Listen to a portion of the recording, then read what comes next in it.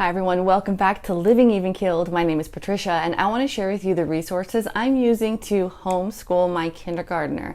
I do have a girl in first grade who was in public school kindergarten last year, so I kind of have an idea of what to learn. Plus I do have the state standards or the core, what is it called nowadays? Common Core stuff. I have that kind of printed out for reading language arts and math. I will link that for you below. Those are hard to find in a concise, easy to read way, but I did find them. So I'll link it for you and you could probably print it out per grade level. So we're just focusing on kindergarten today. And I want to make sure that I hit reading language arts and math about 5 times a week. So for phonics and reading, there are 2 resources that I've used with my other daughter who is a reader.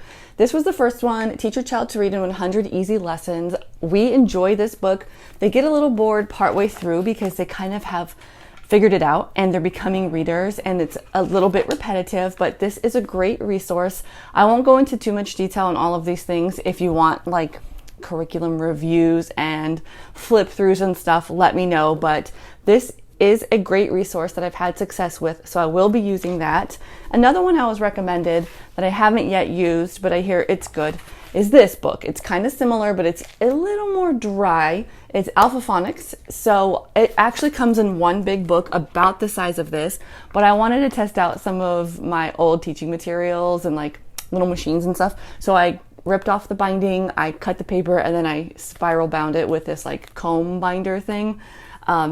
I don't know, I was just having fun, but I do like it because I was able to pull out the teacher part and I just added my own red page cover. But it's kind of the same thing where we're just really focusing on consonant sounds first, and then you go on to vowel sounds, both long and short, and eventually you put them together and you read words. Those 2 resources are plenty, but a couple of other things I have are Spelling You See. Now for kindergarten spelling, it's just like phonics practice. After we learn about consonant sounds and vowel sounds, I'll say things like cat and she'll have to kind of spell it. It's a lot of dictation and writing what they hear. I've never used a program like this before, so it'll be the first year I do it, but I am excited to try. So we started with level A, which is the listen and write. And then lastly, again, getting a little overboard, was Explode the Code. I've heard lots of great things. Some of my favorite YouTubers who are homeschoolers use this type of resource for their little ones. And so I got a deal on books 1 through 4. And for my kindergartner, I think these will be perfect. We didn't do the A, B, and C, which is something that comes before Explode the Code. I think it's get ready, get set, go. We just skipped that because she does have a pretty solid understanding. I think it's going to be easier than I anticipate, but I always make things out in my brain to be harder than they actually are. So we'll see, who knows. So the other part of reading language arts is writing, and I have the Moffatt girls writing curriculum. I love the Moffatt girls.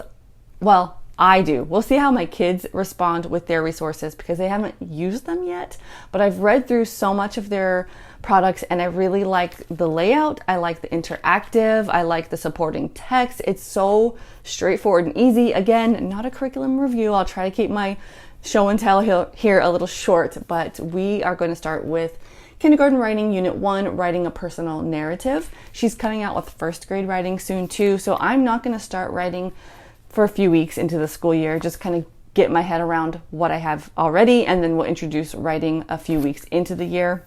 This was such a good deal. She releases a 24-hour half-off sale when things are brand new, and so I follow her on both Instagram and Facebook, and I signed up for her email because I don't want to miss those sales.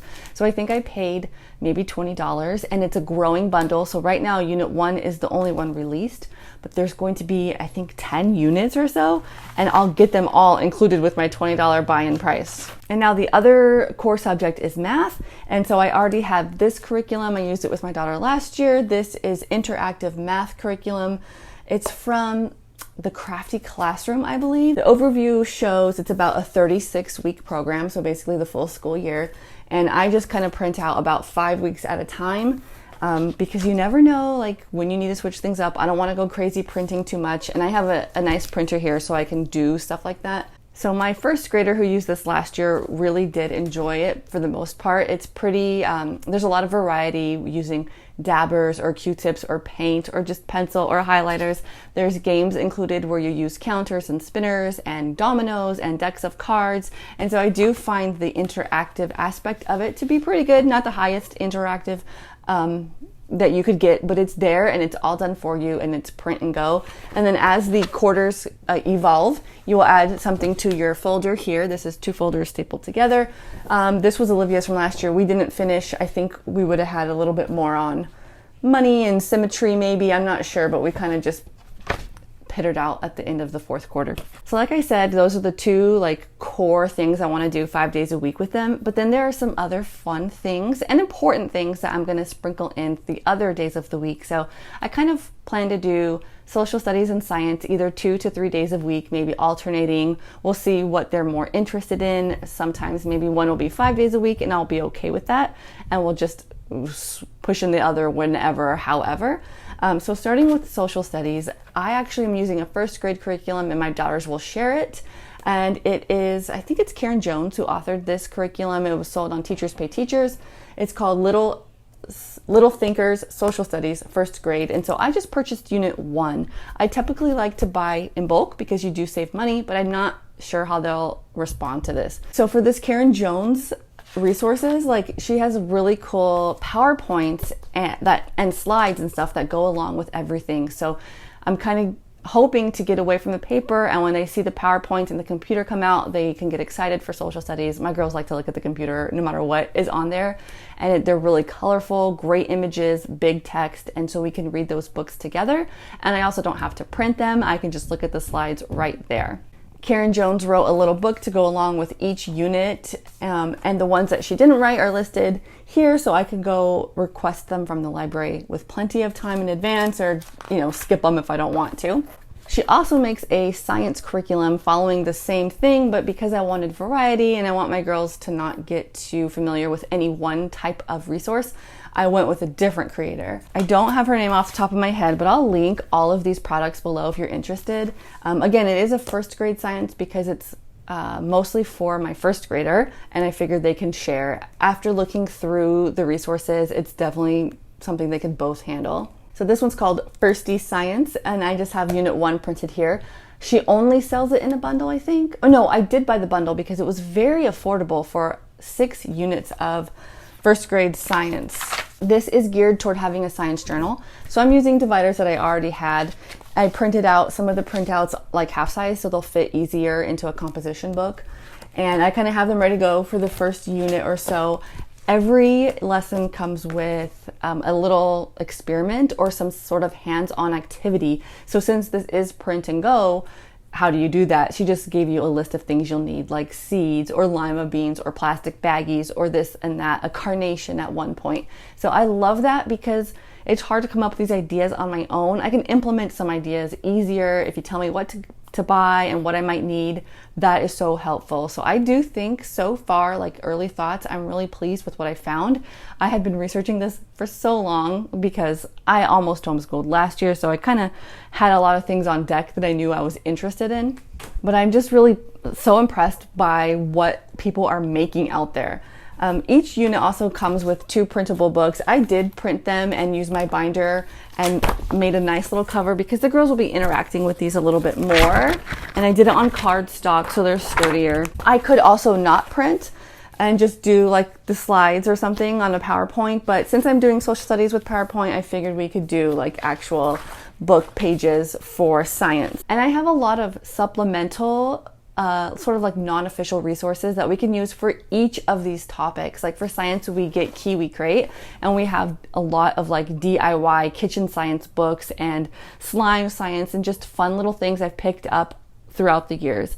I'm gesturing back here because this is where I keep that kind of stuff. So for phonics, we have plenty of things from Dollar Tree, Target, and things that my sister-in-law has given me from when she used to teach. And so I just have a collection of stuff to kind of go to if this is too cut and dry or something. And the last thing I want to talk about is fine art. So fine arts to me would be things like poetry, actual art, music, you know, anything that you would consider like a humanities type of lesson. And so I found a wonderful resource. I hope it works out great. It's called Rooted Childhood, Create and Connect Through the Seasons. I followed this woman for a while without buying any of her stuff because there's plenty of free things you can do on throughout all of these different creators. But she has a bundle per season, and in each season it's a month. So basically I get one of these every single month. This is the August collection and it's late summer. And within each there are crafts you could do, there are recipes, songs, poetry, games, there's picture book recommendations. And so again, in August we're celebrating the end of summer. There's a story about a kite, and then one of the crafts you could choose to do is a kite. The recipes are banana zucchini muffins, watermelon cream pops, which that's the one we're gonna make, and Mexican street corn cups. She has, I wonder if she's Latina or something, because with the Mexican street corn cups, and then there's a piñata craft, and I think she even sells Spanish curriculum too. So I need to learn more about the author, but it's all here. It's like, I don't have to go try and find poetry that fits with August, that fits with summer, or like when it's fall time. She has everything set up to match the pumpkins and the apples and the fall time. There are songs that we can kind of read the lyrics to, and then I can easily Google or YouTube some of the songs, picture book recommendations, and we've read quite a few of those already. You know, if you're going to build a fort, here's a supply list you might need. The crafts are a variety of levels, so there are some that are more like fine motor for older kids, and then there are easier ones like with sticks and yarn that you could do for younger kids. Here is a craft all about story stones, and we just finished painting rocks. If you were watching my early summer vlogs, we were gifted a crafting set. Thank you very much for the crafting set. You know who you are. It was so fun, and we haven't used all the rocks, so we can kind of do story stones with the leftovers. And there's two ways to do it, and it's like you either pull a rock and make a story based on what you're pulling, or make the rocks based on a story you've already read. I just love it. So creative. Something that would take me forever to Pinterest, think about, gather, collect. It's all here. So I love resources that lay it out for me, tell me what I need, whether I have to print it or buy it, I don't care. But if you have the idea and you're gonna let me use it, if I just pay you a small fee, then that's the curriculum for me, at least during this first year. I'm very excited to jump off with kindergarten, but if you wanna see what I'm doing for first grade, stay tuned. That'll be the next homeschool style video that I share with you. If you have questions that I didn't address, let me know in the comments, guys. Thank you for tuning in. I'll see you guys next time. Bye.